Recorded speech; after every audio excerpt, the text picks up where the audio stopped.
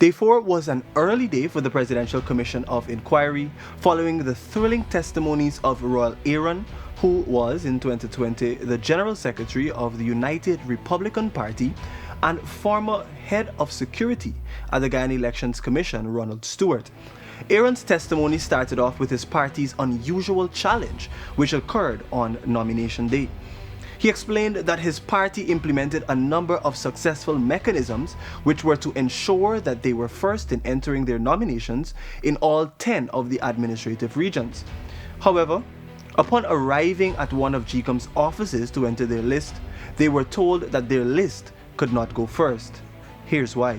We were supposed to have submitted our list at the Humaniana, and because of the amount of political parties that were contesting, we decided that we would set up a shift system to ensure that our party would be the first party that would submit their list.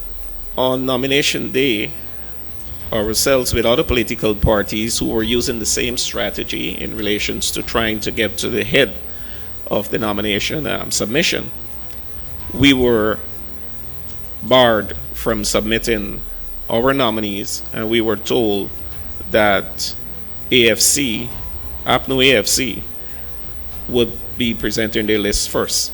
Who told you that? We were told this by the security officers and other representatives of GCOM. Aaron's testimony seems to highlight the collusion between the GCOM officials and the APNU AFC, even in the early electoral stages in 2020.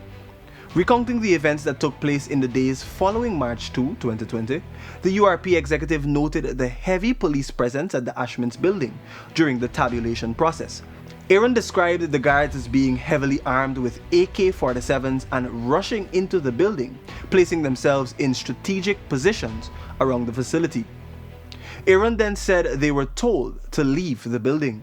However, he did not comply because GCOM officials were not complying with that same instruction. So you spoke to one of the officers? Yes. And you asked him why he wanted you all to leave the building? Yes, ma'am. Did he reply? Yes. What did he say? He's working by instructions. Did he say from who? Did he say whose instructions? No, ma'am. Did you ask him whose instructions? Yes. And did he answer? He said he's just working by instructions. Another key highlight from the URP executive's testimony emanated when he described the series of events that occurred when returning officer for Region 4, Claremont Mingo, was being served with a court order to block the declaration until constitutional obligations were followed. He was dressed in uniform and he announced that he was from the court and he had a document to stop the count. And did he give that document to anyone? He was prevented from doing so By whom? by police officers there, and he could not get to Mr. Mingo to serve that. And the count continued. How long did it take him to get to Mr. Mingo to hand him this document? I would say between 20 minutes and half an hour, 20 to 30 minutes. Did Mr. Mingo make any attempts during that period of time to reach out to the court clerk to accept the document or to invite the court clerk to come to him to receive the document? No, ma'am. He just continued to count. Second to testify for the day was former head of security at GCOM, Ronald Stewart.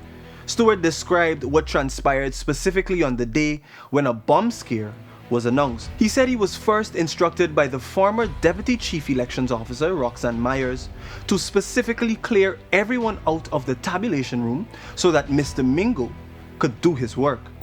When you were told by Ms. Myers, get everyone out of the room, this would include the accredited observers, party agents. Yes, everybody.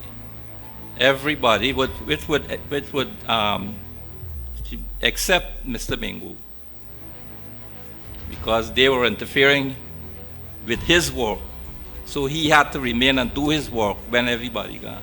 Stewart also spoke extensively about the occurrence of the bomb scare and said he was instructed again to clear everyone out of the building.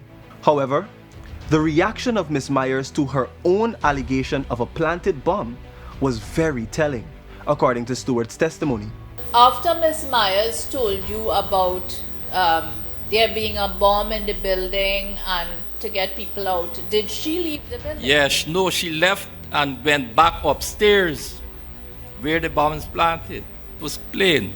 Nobody, all the senior people of GCOM were upstairs with other people. Nobody made any attempt to leave upstairs to come downstairs to evacuate the building. Nobody at all left the building at no stage. So it was just your instructions were directed to the persons in the tabulation room? Yes. The Commission of Inquiry was set up by His Excellency Dr. Muhammad Irfan Ali to inquire into the events surrounding the March 2, 2020 general and regional elections. On day 3, leader of the Liberty and Justice Party LJP, Lennox Schumann, vividly described what seemed to be a clear attempt to manipulate the number of votes emanating from Region 4 by former IT officer of GCOM, Enrique Livan. A video, which was also played during Schumann's testimony, showed other GCOM officials purportedly manipulating envelopes which contained key election documents. The corroboration and alignment of these events by all the witnesses so far seem to indicate that there was a clear attempt to subvert the rule of law and the process of democracy.